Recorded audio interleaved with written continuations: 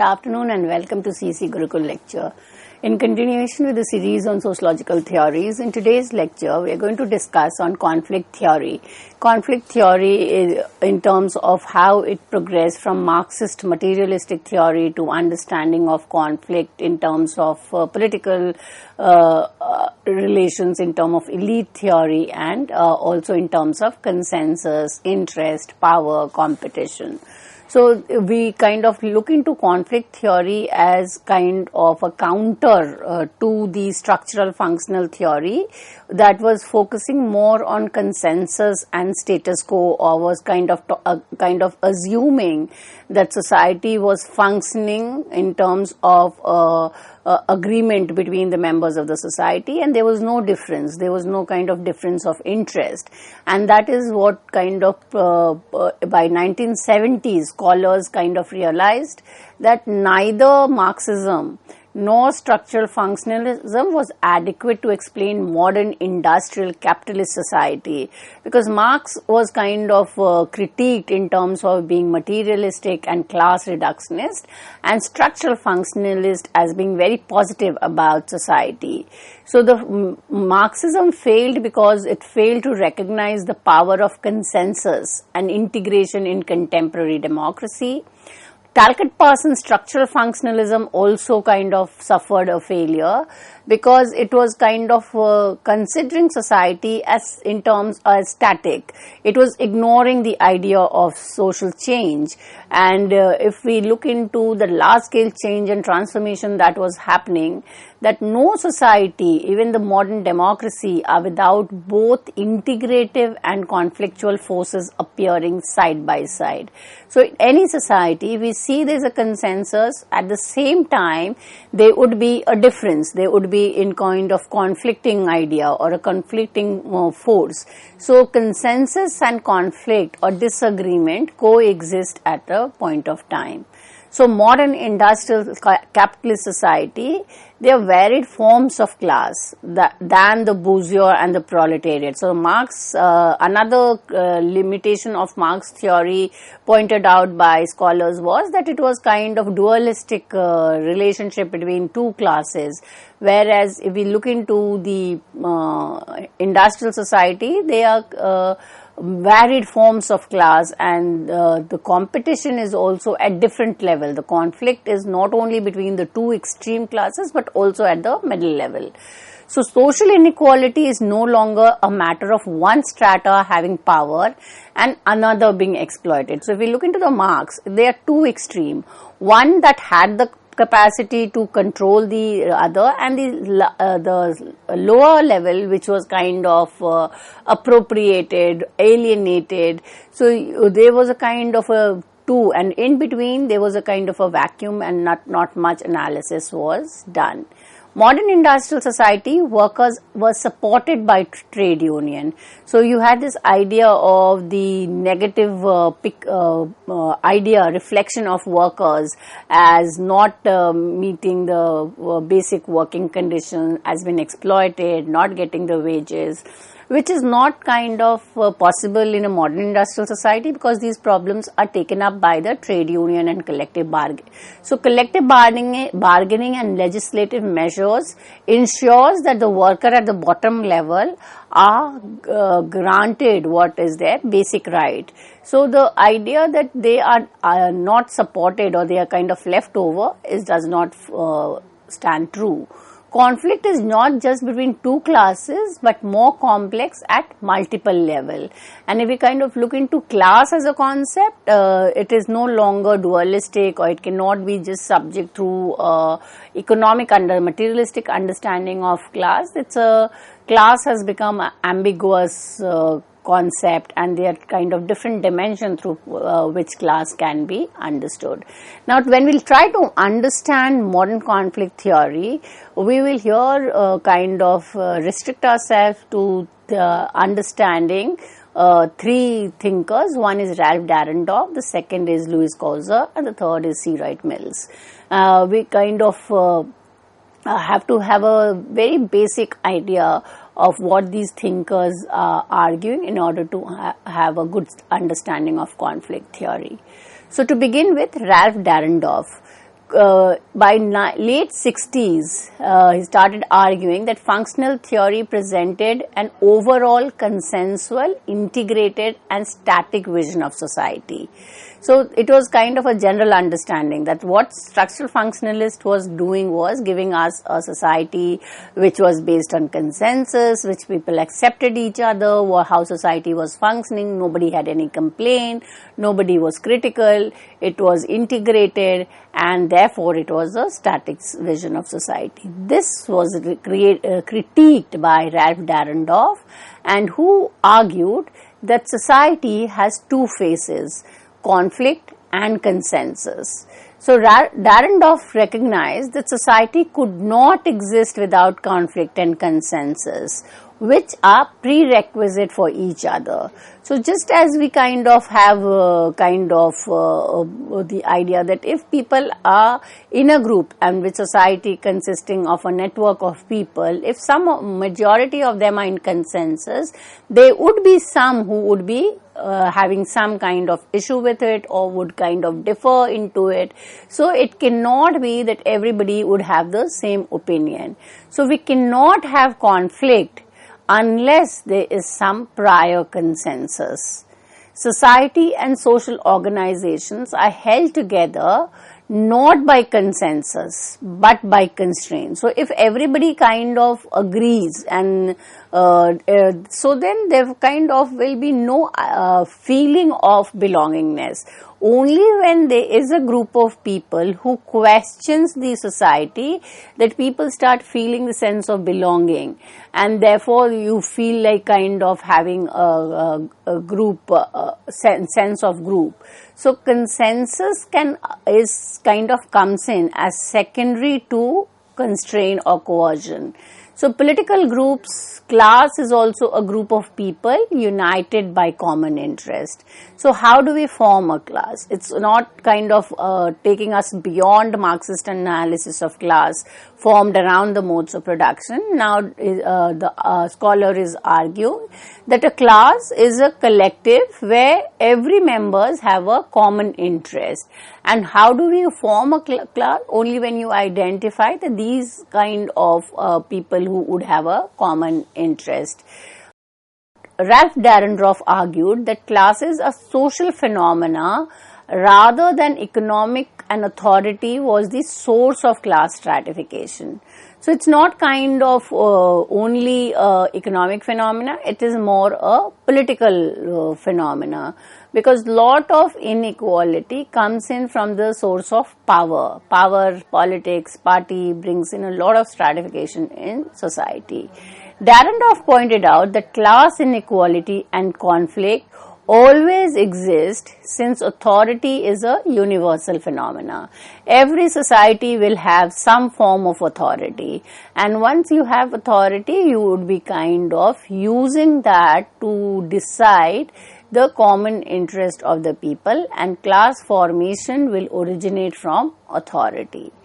For Dahrendorf, the process of institutionalization involves the creation of imperatively coordinated association, or ICA, and he says this represents the distinguishable organization of role. This organization is characterized by power relationship, with some clusters of role having power to extract conformity from other. So what it is kind of saying is that the power is itself coming in from a legitimate source or from an formal institution, and the capacity to control other is basically coming in from the power and authority. So just as for Marx, it was economy that created the dual class, for Dahrendorf, it is power which is creating the ruling class versus those who are going to conform to that rule. Although power denotes the coercion of some by other, these power relation in ICA tend to become legitimate. So you always have two groups, one which will kind of have the capacity to control the other, and the second group which is going to be accepting the order. Now, when it is coming in from an institutionalized form, then it becomes legitimate and it is kind of termed as authority relation, and it becomes accepted and normative. So, the dominance or the coercion, which is kind of, if it is done outside of in institutionalized legitimate setup, then it is kind of considered as violence. But if it is coming in from, say, state, then it is normative and it is kind of accepted as legitimate authority. Dahrendorf thus conceives the social order as maintained by process creating authority relationship in various types of ICAs existing throughout all layers of social system. Now, how do we have this idea of difference of resources, or one becomes more authoritarian compared to the other, or the command of one is legitimate than the other? This is coming in from the formalized institutionalization of power. And this it's not only, say, state as institutionalized form, but even at the level of social relation, we kind of consider certain individual as having more power compared to the other. So, layers are created in society on the basis of the power to dominate and coerce action from other. At the same time, power and authority are the scarce resources. So, everybody cannot be in a society considered as powerful, nor everybody can have authority. So, they are kind of in itself limited. Now, in order to have access to that, there will be kind of there will be a competition, or there will be a conflict, because everybody would want to traverse through the subordinate to the powerful position.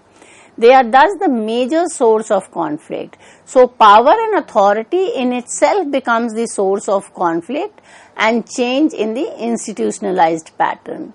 Conflict is ultimately a reflection of where cluster of roles in an ICA stand in relations to authority. So, basically for Dahrendorf, it is kind of a political origin of conflict. So, we look into the way in which everybody kind of wants to dominate other, because when you are on a dominant position, you will be having access to your own resources, as well as you have the capacity to have access to others' resources. So, when when power and authority is limited, everybody wants to be in that position, it will inevitably lead to conflict. Now, let us compare Marx and Dahrendorf. At the outset, we know that both are talking about conflict, and one common similarity between Karl Marx and Dahrendorf is that both sees the social system in a continuous state of conflict. So, the society is not static, it's kind of changing, and conflict is integral to the system of change. Conflict is presumed by both to be generated by opposed interest. So, for Marx, the opposed interest is in the economic source, that is, difference in interest on the modes of production. Whereas for Dahrendorf, the source of conflict, or the source of would be in the political sphere, that is power and authority. Third, opposed interests are viewed by both Marx and Dahrendorf as a reflection of differences in the distribution of power among dominant and subjugated group. So, once you have the two groups have two different interests, so it is opposed to the interest of each other. Now, this is a reflection of also the distribution of resources. At one level, for Marx, it is the inequality in distribution of economic resources, and for Dahrendorf, it is the unequal distribution of power and authority. Now, both the unequal distribution of resources creates this class between the dominant and the subjugated. Interests are seen by both as tending to polarize into two conflict groups. For both Marx and Dahrendorf, conflict is dialectical, with resolution of one conflict creating a new set of opposed interest. that under certain conditions will generate further conflict. So it's ongoing, it never kind of comes to an end. So Marx says that the difference of interest in primitive communism led to feudalism. Now feudalism, the difference of opposed interest, created conditions for the emergence of capitalism. So there is a two-way relationship, and each conflict would create conditions for second level of the society.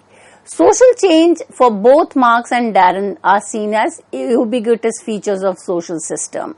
So it is kind of inevitable, integral system, and the result of social change is coming in from conflict. Only if there is consensus, if everything is in agreement, that change will not take place. So we know that social change is happening, it is a part of the society.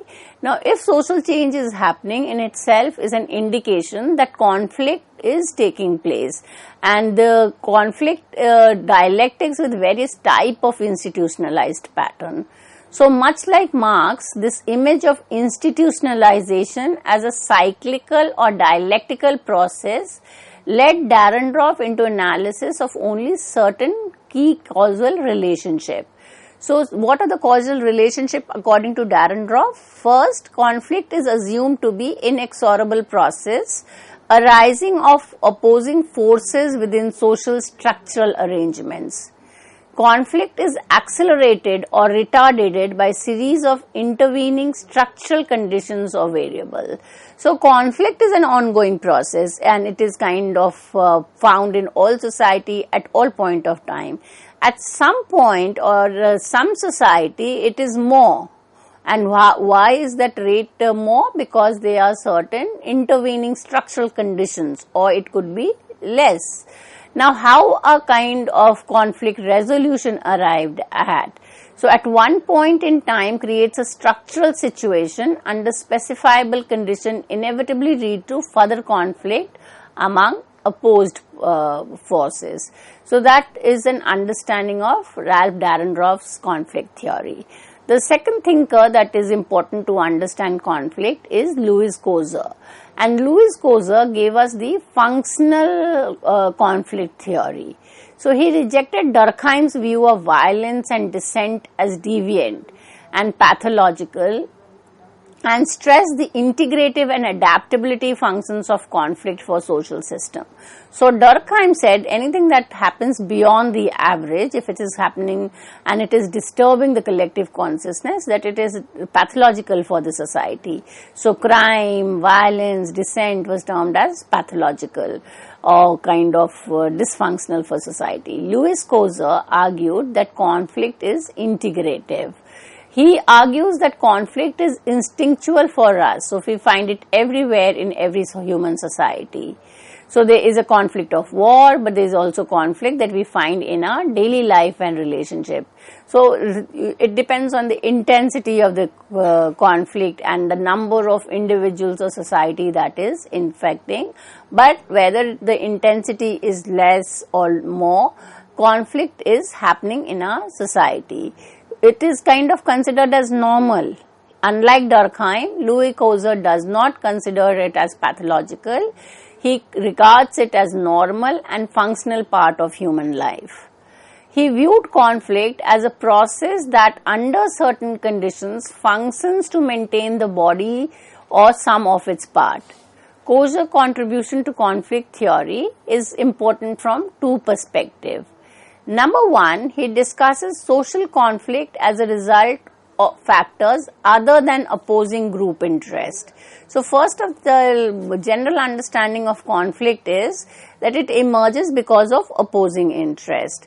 Koser negates this. And second, he was concerned with the destructive consequences of conflict. So he's looking into both the constructive as well as deconstructive ideas of conflict. So in his book, The Function of Social Contract, Louis Koser gives us the functional conflict theory, and he analyzes conflict in terms of integrative process. It is kind of seen as a form of socialization. No group can be entirely harmonious for then it would lack process and structure. So if it is harmonious, then it will kind of, whatever it is, however it is, it will be accepted. There will be no attempt to make a system out of it. So conflict is necessary or is a prerequisite for structuration of the society. Group formation in itself is a result of both association and dissociation, so that both conflict and cooperation serve a social function. Some certain degree of conflict is essential element in group formation. He tells us what are the sources of conflict. Some of the sources of conflict are, number one, competition for scarce resources. So we know that why does conflict occur? The first criteria on why conflict would occur would be difference of interest in terms of having access to the resources. As already said, they are kind of limited resources in terms of food, water, the basic necessity, and have access over it, there would be a conflict. The second source of conflict is difference in values and belief. Now, we cannot, all individual would differ in their beliefs and values. The beliefs related to their culture, to the religion, to gender. Now, if there is a difference of opinion or difference in terms of understanding any of these institutions, there would be disagreement, and when these disagreements become really strong, then there is a chances of conflict. The third source of conflict is power imbalance. Now, power is very crucial for understanding how it mitigates the access to the limited resources. And obviously, those who have more power, it could be an economic power, political power, or social power, will be able to dominate and control those who do not have it. And this dominance and control is also in terms of kind of access to resources, the survival, basic necessity, and so on. The fourth source of conflict is cultural difference. Now, we know that there are people from different culture, they have different norms, different belief system, and when we kind of do not take that opportunity to accept the difference in culture, or we are kind of overemphasizing our own ideas, beliefs and culture, conflict and differences will take place. The fifth source of conflict is social change. And that is that when norms and values are kind of changing. So we know that there are a lot of external sources of change. So the economy is changing, the political economy is changing, the belief system, the ideas associated with faith is changing, and this kind of brings about a change in the way we accept relations or accept social institution. So then they can be a source of tension, and it can cause conflict. According to Louis Kozer, there is a violence of conflict. He has given some proposition, that is how the conflict could lead into violence. And first proposition is, the more group increase in conflict over realistic issue. What are realistic issues? Are some goals which are achievable, which one can achieve through certain means. So when the conflict is over realistic issues, the more likely that they seek compromise over the means to realize the interest, and less the violent the conflict will be. The more the group engage in conflict over non-realistic, so there are certain goals in society which is not very, it is kind of non-achievable, but yet individuals and group want to achieve it. So when there is a conflict over this, then it will be more violent. Why? Because we are not certain up to how much of compromise can be made in order to get it, and everybody wants it, everybody is desperate to get it, so there will be violence.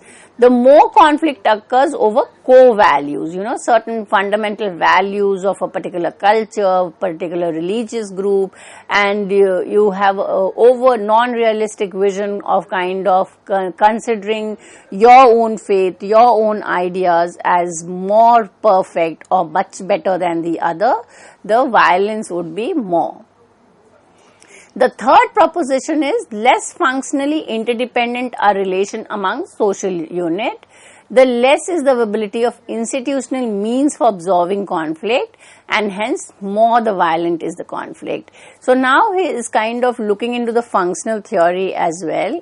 So if the parts and units are interdependent, so there will be a system to use the functional interdependence and integration of the system to achieve the goals. And if the goals are achieved, then there will be less conflict and violence.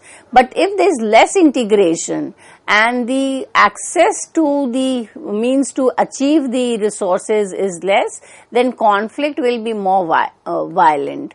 And therefore, we kind of look into Louis Coser's theory as giving us an integrative functional theory of conflict.